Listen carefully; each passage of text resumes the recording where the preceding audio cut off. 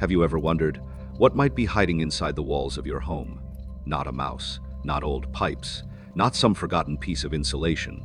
Something else, something that can hear you walking, something that can watch you sleep, something that has been there the entire time. And you never knew. My name is Michael. 6 months ago, I rented a second-floor apartment in an old Victorian house in upstate New York. At the time, I thought I had found the perfect deal. A beautiful historic house, a quiet neighborhood, and a rent price that seemed impossible to believe. $400 a month for a place that should have cost at least 3 times more. I thought I was lucky. I was wrong, because on the night I discovered what was hidden behind my office wall. I found a dead body, a body that had been there for years, but the body itself wasn't the thing that scared me. It was what I found inside its hand. A few strands of black hair, fresh hair, hair that still had the roots attached, hair that came from my bathroom floor, hair that I had lost the day before. The story begins 6 months earlier. I had just moved to Schenectady, New York. I was trying to save money, so I searched for something cheap. Most apartments in the area were either too expensive or too small. Then I found an old Victorian house in the historic district. The building looked like something from another century: tall, narrow windows, dark wooden walls, a steep roof covered with years of weather damage. The kind of house that looked beautiful during the day, but felt completely different after sunset. The landlord was an older woman named Mrs. Harris. She showed me the apartment quickly. Almost too quickly. She unlocked the door, handed me the keys, and told me where to pay the rent. She didn't show me the basement. She didn't talk about the history of the house. She didn't even stay long enough for me to finish looking around. At the time, I thought she was just busy. Now I think she wanted to leave as soon as possible. The first 2 months were completely normal.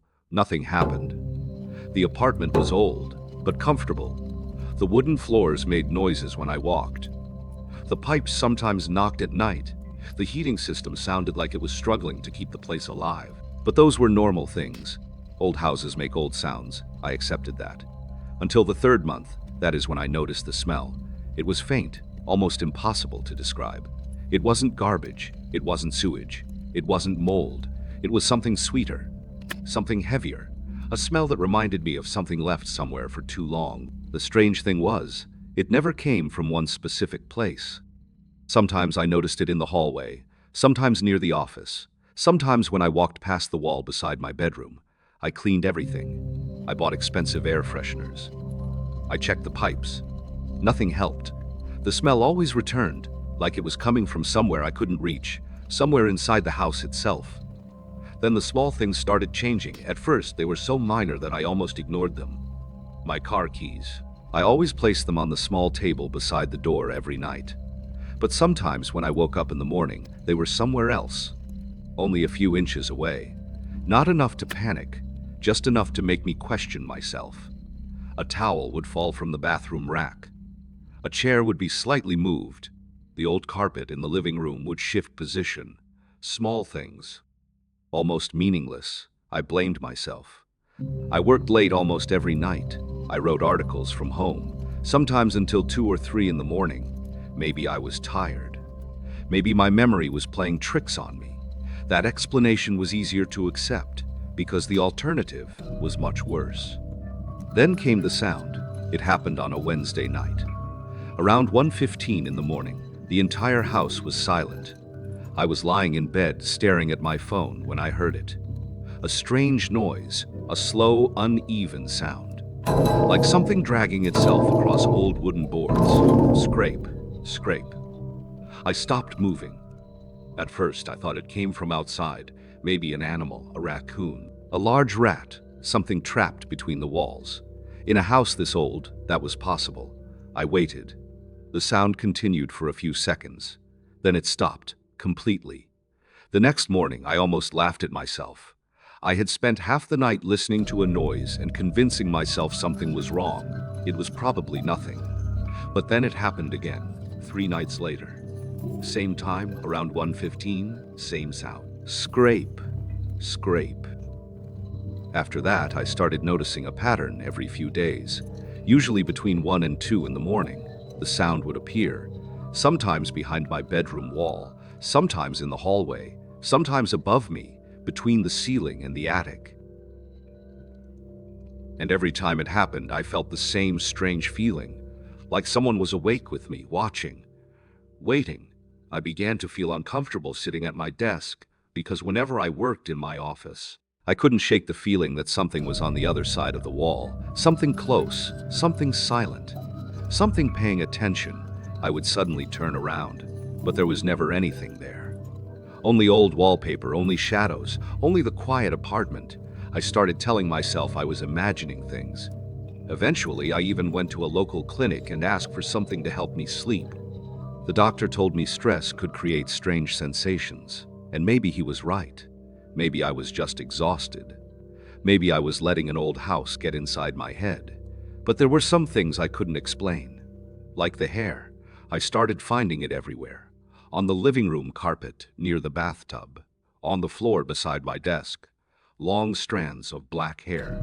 They were dry and brittle, almost like they had been buried somewhere for years. The problem was, I had short brown hair. Those strands weren't mine, and nobody else lived with me. At least, that is what I believed. Until the night I finally opened the wall. The night everything changed began with a storm. A violent storm. Rain hit the windows hard. It sounded like someone throwing handfuls of gravel against the glass. Thunder shook the old wooden frame of the house. I woke up suddenly, not because of the thunder, because of the sound. Scrape, scrape. But this time, it was different. It was louder, closer, and for the first time, I knew exactly where it was coming from. My office. I sat in bed, completely still. The sound continued for several seconds, slow, heavy, deliberate. It didn't sound like an animal anymore. It sounded like something moving through a narrow space, something that was struggling, something that had been there for a long time. I reached beside my bed and grabbed my flashlight.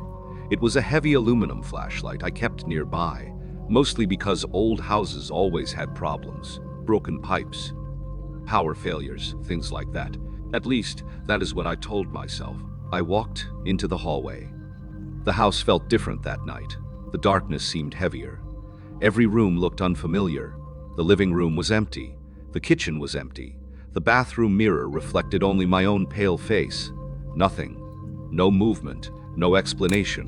Then I heard it again from the office. Scrape. I stopped at the doorway. My office was a small room at the end of the hallway. There was an old built-in closet against the far wall.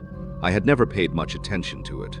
It was just a place where I stored old clothes and boxes. Nothing more. At least, that is what I thought. I slowly opened the closet door. Inside were a few old coats, some cardboard boxes, nothing unusual. I moved the clothes aside, checked every corner. Empty. I was about to close the door when I felt it. A cold breeze. A wet, freezing draft touched my face. I froze. That didn't make sense. The wall behind the closet was supposed to be the outside wall of the house. There shouldn't have been any air coming through. I lifted my flashlight and aimed it toward the back. That was when I noticed something I had missed before. A metal ventilation grill. It was old, covered with dust, almost hidden behind the coats. I stepped closer. My heart was beating faster. I reached out and tapped the metal. Knock. The sound was wrong. Not solid. Not like wood. Not like brick. It sounded empty, hollow. I tapped again. Knock. There was a space behind it. A real space. I grabbed a screwdriver from my desk drawer and removed the old screws. They came out easily, too easily. Like someone had opened it many times before. I pulled the grill away, and immediately, the smell hit me. It was the strongest I had ever experienced. A thick, rotten smell rushed out from the darkness. It was the smell I had been noticing for months, the smell hidden inside the walls. I covered my mouth and stepped back. My eyes started watering. But I didn't leave, because at that moment, another thought entered my mind. Something that made even less sense, the office. I looked around the room, then I looked back at the opening. I had measured this room when I moved in. The outside wall of the house should have been much farther away. The room should have been deeper, by several feet. But it wasn't. There was missing space. A hidden section between the room and the outside wall, a section that didn't exist on any floor plan. I stood there with my flashlight in my hand, looking into the darkness, and I realized something. The house wasn't just old, it was hiding something.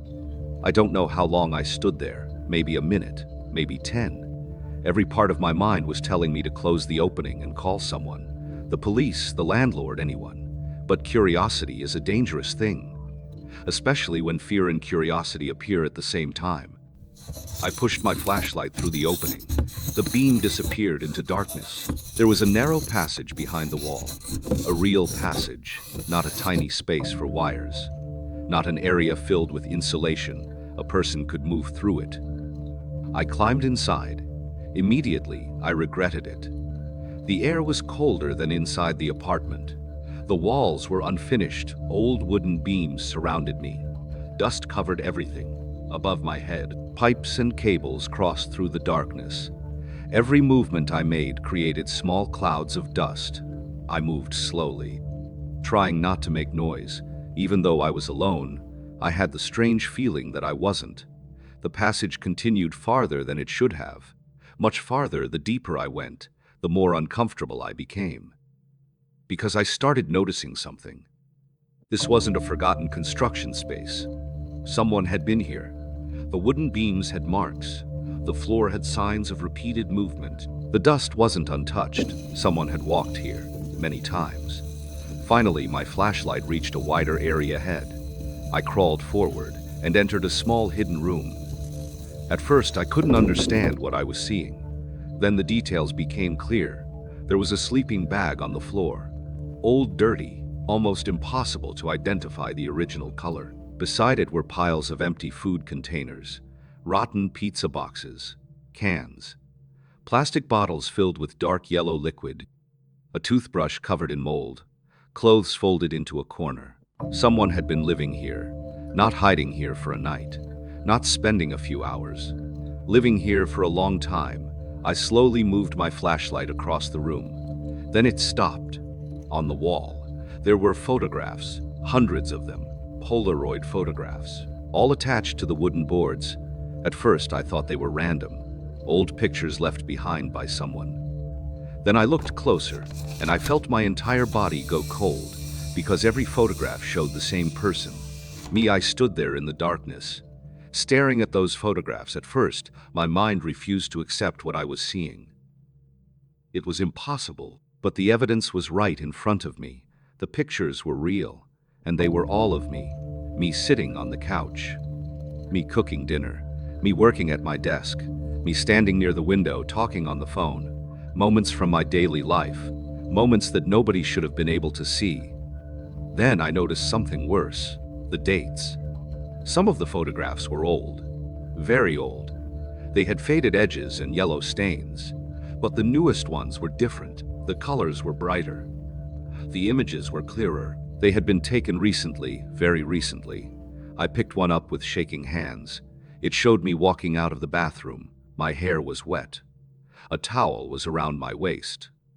The picture had been taken from above, from an angle I recognized immediately. The ventilation opening above my bedroom. The same kind of opening that led into this hidden space. Someone had been watching me, not from outside, not from a window. From inside my own house, from inside my walls, I looked around the small room again. The sleeping bag, the food containers, the bottles, the photographs. This wasn't just a hidden room. It was someone's hiding place. Someone had been living only a few feet away from me, sleeping while I slept, listening while I talked, watching while I moved through my home. And I never knew. I wanted to leave immediately. Every instinct in my body was telling me to run. But before I moved, my flashlight turned toward the far corner of the room. The corner I hadn't fully seen, and that is when I noticed the shape. A person sitting against the wall, completely still. For a few seconds, my brain couldn't understand it. Was it a person? Was it a pile of clothes? Was it just another shadow? I slowly raised the flashlight. The beam moved across the floor, up the old clothes, and finally onto the face. It wasn't moving because it wasn't alive. It was a body, a human body, The person had been sitting there for so long that the skin had dried and darkened. The body was almost impossible to recognize. The eyes were sunken deep into the face. The mouth was slightly open. The body looked like it had been there for years, 2 years, maybe more. I stumbled backward for several seconds. I couldn't breathe. Then one thought finally entered my mind. The smell in the apartment, the strange smell that had followed me for months. It hadn't been coming from the pipes. It hadn't been coming from the old house. It had been coming from here. From this room.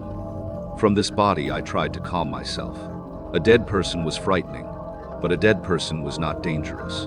The sounds I heard were probably something else. The movement, the scraping, the strange noises in the walls. There had to be an explanation. I reached for my phone. I needed to call the police. I needed to leave. But before I could take a picture, my flashlight moved downward toward the floor. And that is when I saw the marks. At first, I thought they were just scratches.